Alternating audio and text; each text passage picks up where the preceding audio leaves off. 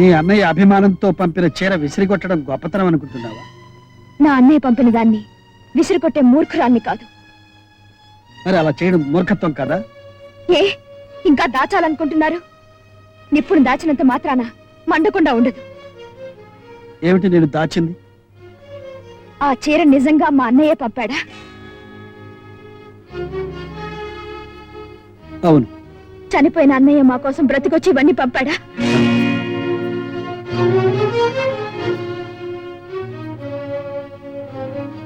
అది నీకెవరు చెప్పారు? ఇదిగో మీ డైరీ. మా అన్నయ్య అన్యాయంగా హత్య చేయబడ్డాడని, మిమ్మల్ని కాపాడే ప్రయత్నంలో చచ్చిపోయాడని మీరు స్వయంగా రాసుకున్న నిజాలు. ఇప్పుడు చెప్పండి, మా అమ్మని, మా రోగిష్టు నాన్నని, ఆ పసిబిడ్డల్ని ఎందుకు మోసం చేస్తున్నారు? ఎందుకు ఇంత ఘోరమైన అబద్ధం చెప్పారు? నేను అబద్ధం చెప్పలేదు. నిజం దాచడం అబద్ధం కాదా? కొన్ని నిజాలు ఎప్పుడు పడితే అప్పుడు చెప్పలేదు, చెప్పకూడదు. అందుకని అబద్ధం చెప్పి వాళ్ళకి లేనిపోని ఆశలు కలిగిస్తారా? లేదు. ఈ ఇంట్లో అందరూ మీ అన్నయ్య మీద ఉంచుకున్న ఆశలు, అతని చుట్టూ అల్లుకున్న ఊహలు ఒక్కసారిగా కూలిపోతే తట్టుకోలేక ఏమైపోతారో అని భయపడ్డా. అంతకు మించి ఆ తల్లి చూపే ఆప్యాయత, పిల్లల అభిమానం, ఈ ఇంట్లో నాకు దొరికిన ఆదరణ నా నోరు నొక్కేశాయి, నన్ను మీతో చెప్పకుండా చేశాయి. లాయర్ కదూ, అబద్ధాన్ని సమర్థించటం మీ వృత్తి, నిజాన్ని తలెత్తకుండా పాతేయడం మీ ప్రతిభ. నువ్వు చెప్పేదానిలో ధనాపేక్ష ఉంది లక్ష్మి, కానీ ఇక్కడే ఉంది. నేను ఎందుకు నాటకం ఆడాలి? నాకేం అవసరం? నీ ప్రశ్నకు నీకు నువ్వైనా సమాధానం చెప్పుకోగలవా? కనీసం ఊహించగలవా? అక్కర్లేదు. ఇంకా ఏ ఊహలో నాటకాలు నాకు అక్కర్లేదు. మీరు పొద్దున్నే ఇక్కడి నుంచి వెళ్ళిపోండి. ఈ భయంకరమైన నిజాన్ని నా గుండెల్లో దాచుకోలేను.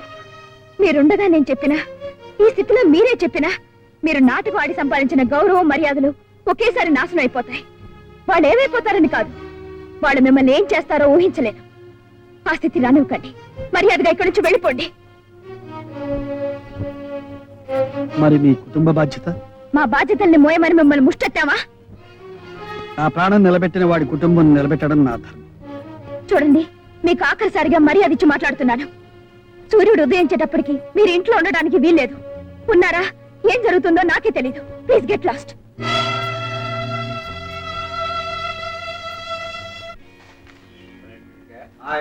గాంధీ మన అప్పుడు ఒక ఆవు మరణయాత్ర పడుతుంటే చూడలేక దాన్ని తనే స్వయంగా చంపెట్టాడు.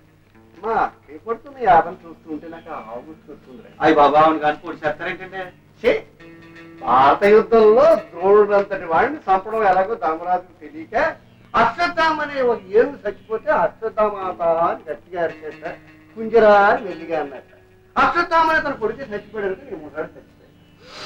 ఇప్పుడు ఎవరు చచ్చిపోయారు ఎవరు చెప్పాలంటే, ఈ పేపర్లో చచ్చిపోయాడు, మా కథకి సరిగ్గా కుదిరాడు, ఎవరికో చెప్తాను నువ్వు వచ్చి చూద్దు.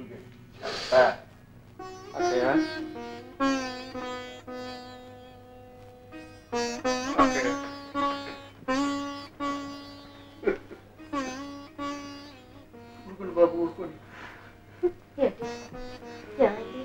ఏమీ జరగకూడదని, అంతా సవ్యంగా ఉండాలి. మన పుట్టించిన దేవుడు అందరికీ ఇంతకాలం మొక్కున్నాను, కానీ కావడం జరిగిపోయింది. అవునమ్మా, ఆ విషయం తెలిసిన కానీ చైగారు ఇలా ఏడుతూనే ఉన్నారు. ఏం కాలేదు కాలేదు కాలేదు కాలేదు.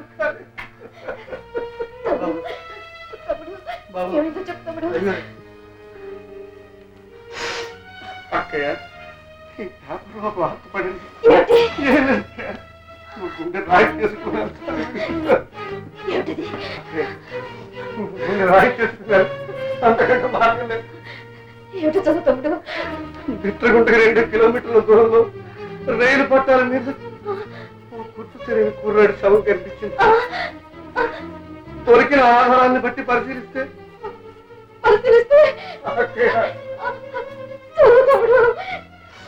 అతని ఊరు హైదరాబాద్ అని తేలింది. అతని పేరు పేరు పేరు శ్రీధరం తేలింది. అంత మాట అనకండి బాబు, మీ రుణం త్వరలోనే తీర్చాలని నాకు ఉంది. మీరేమీ అనుకోకపోతే మా దగ్గర తీసుకున్న పొలం సాగు చేసుకునే అవకాశం మాకివ్వండి. చెమటూడ్చి మీ బాకీ తీరుస్తాను. నువ్వు ఈ మాటలు 90 సార్లు అడిగావు. ఇప్పటికే కూర్చుంటే లేవలేవు. నువ్వు నాగలి పట్టి పొలం ఎట్టా దున్నుతావు, నా బాకీ ఎట్టా తీరుతావు? ఆ? అసలు వడ్డీ కలిపి పొలం రేటు ఎప్పుడో దాటిపోయింది. నా పేరు రాసే, గొడవ వదిలిపోద్ది. నా పేరు రాసే అంతే. బాబు, నా పిల్లలకి ఆధారం అది ఒక్కటే. నీకు అదే ఆధారం, నాకు అదే ఆధారం. అందుకని పని కట్టుకుని నేనే ఒక ఆలోచన చేశాను. హ, మీ పెద్దమ్మాయి చాలా మంచిదేను, మంచి రాసిగలది. అసలు నీ రుణం తీరే రూట్ చూపించడానికి అది నీ కడుపును పుట్టిందేమో. హ, నా చాలా విశాల హృదయం కాబట్టి సగం వడ్డీ కింద జమ కట్టుకుంటాను, నువ్వు అడిగిన గడువు ఇస్తాను. దాన్ని మాత్రం అప్పుడప్పుడు వచ్చిపోతుండమను. ఊరికే అరవమాకవయ్యా, ఇది నా అవసరం కాదు, నీ అవసరం. ఇదిగా నీకు ఇదే నా ఫైనల్ వార్నింగ్. నేను చెప్పినట్టు జరగకపోయిందో నీ మొత్తం ఆస్తిని జప్తు చేసి నీ పరువు నడి రోడ్డు మీద ఏలం పాట పాడతాను. అందుకని మర్యాదగా వచ్చిన బండిలోనే వెళ్ళిపో. ఆ బండిని నీ ఇంటి దగ్గరే పెట్టుకో. చీకటి పడ్డాక నీ కూతుర్ని పంపు. ఎంత మాట అన్నావు నా బిడ్డని గురించి, ఎంత మాట విన్నాను. ఇక్కడ పడిపోయాడేంటి? వీడు గాని ఇక్కడ సచ్చాడంటే మన పీకల మీదకి వస్తుంది వ్యాపారం. నిజం. నువ్వు పని చెయ్యి. దీన్ని తీసుకెళ్లి ఆడింటి దగ్గరే పడాయి, గొడవ వదిలిపోతుంది. అట్టగే. ఏమిటో బాబు, నువ్వు ఉన్న పళంగా వెళ్ళడం మాకేం బాగాలేదు. మా అన్నయ్యని అడిగానని చెప్పండి. ఏమండి, మీతో నన్ను తీసుకెళ్తా అన్నారుగా, నేను రెడీ. ఇప్పుడు ఆయన అన్నయ్య దగ్గరికి వెళ్ళటం లేదురా, వాళ్ళ ఇంటికి వెళ్తున్నారు. ఈసారి వచ్చినప్పుడు తీసుకెళ్తారు. ఉం? మీరు బయలుదేరండి. వస్తానమ్మా.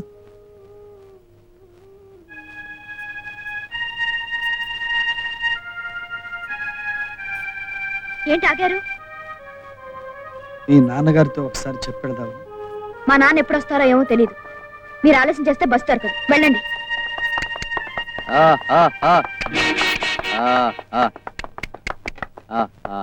ఉం. నాన్న, ఆయన బయలుదేరు. నాన్న, నాన్న, ఏమైంది నాన్న? అమ్మా, అమ్మా, నా అప్పు తీరటానికి ఆ. ఈ రాత్రికి నిన్ను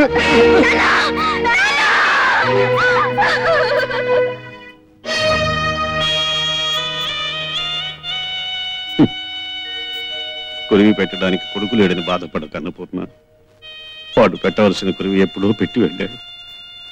ఇక ఈ కట్టెని కాటికి చెరవేయడానికి కదా, అందుకు నీకు నేనైనా ఉన్నాను. రేపు నాకెవరున్నారు అన్నపూర్ణ? నాకెవరున్నారు?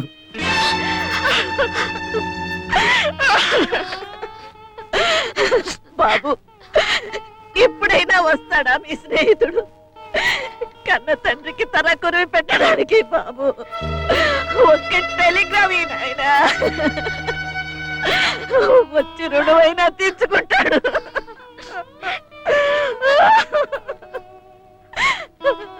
ఏమండి, ఒక్కసారి లోపలికి రండి.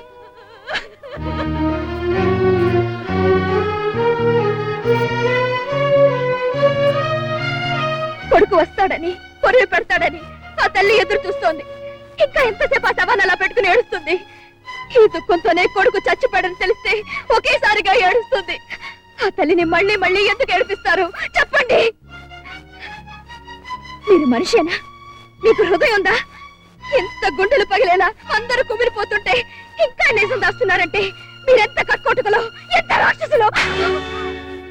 నీకు తెలుసుగా నిజం, ఎందుకు చెప్పకూడదు? చెప్పు. ఏం చెయ్యాను? ఈ దారుణాన్ని ఎలా చెప్పాలో తోచక నేనెంత నలిగిపోతున్నానో నీకేం తెలుసు? సరే, ఇదే నా కర్తవ్యాన్ని నాకు చూపింది. నా రుణం ఎలా తీర్చుకోవాలో చెప్పింది. కన్న కొడుకును కాకపోయినా, కన్నవాళ్ళకు కాకపోయినా కర్మ చేసే అవకాశం కలిగింది.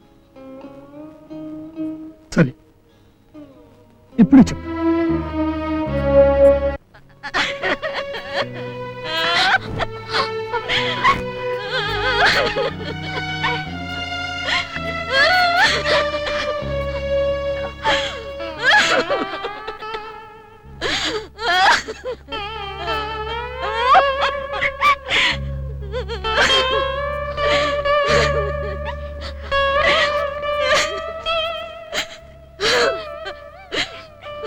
బాబు, టెలిగ్రామ్ ఇచ్చావా?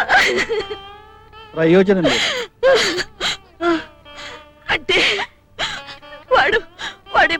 తిరిగి అంటావా? ఇప్పటికే కాదమ్మా, ఇంకెప్పటికీ రాలేడు. అమ్మా, 2 నెలల క్రితమే నీ అబ్బాయి మనల్ని అందరినీ వదిలిపెట్టి వెళ్ళిపోయాడమ్మా.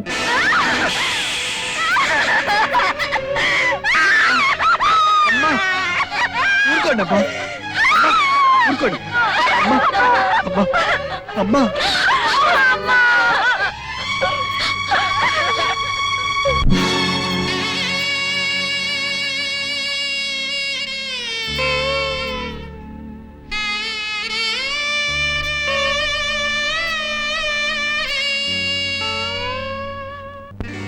లింగం గారు, బాకీలు చెల్లి వేయడానికి డబ్బుకు బదులు మనుషుల్ని అడుగుతున్నారట.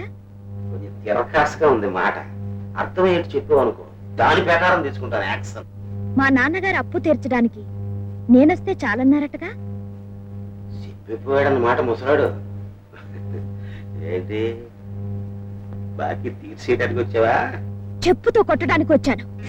అప్పున్నాం కదా అని అందరినీ బానిసలుగా చూస్తే ఊరుకుంటారనుకుంటున్నావా? మేము మానాభిమానాలు ఉన్నవాళ్ళం. నువ్వు సిగ్గు నీతిని అమ్ముకుని బ్రతికే మనిషివి.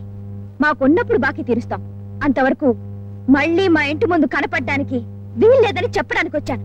అలా మీ నాన్న తెచ్చాడు, మీ అన్నయ్య కూడా పోయాడు నిన్నాను. మరి నా అప్పు ఎట్ట తీరుస్తావు? ఎప్పుడో తీరుతానంటే నాకు కుదరదు. ఈ మధ్య తుమ్మి తెరువులు మారిపోతుంది, దగ్గు తెరువులు మారిపోతుంది. ఎమర్జెంట్ గా తీర్చేసే మార్గం నీ చేతిలోనే ఉంది. ఇదిగో మంచి వచ్చాడు, ఒప్పునో ఒప్పుకోకో, ముహూర్తమో కాదు, నువ్వు నా ఇంటికి వచ్చావు, ఎలాగో వచ్చేసావు కాబట్టి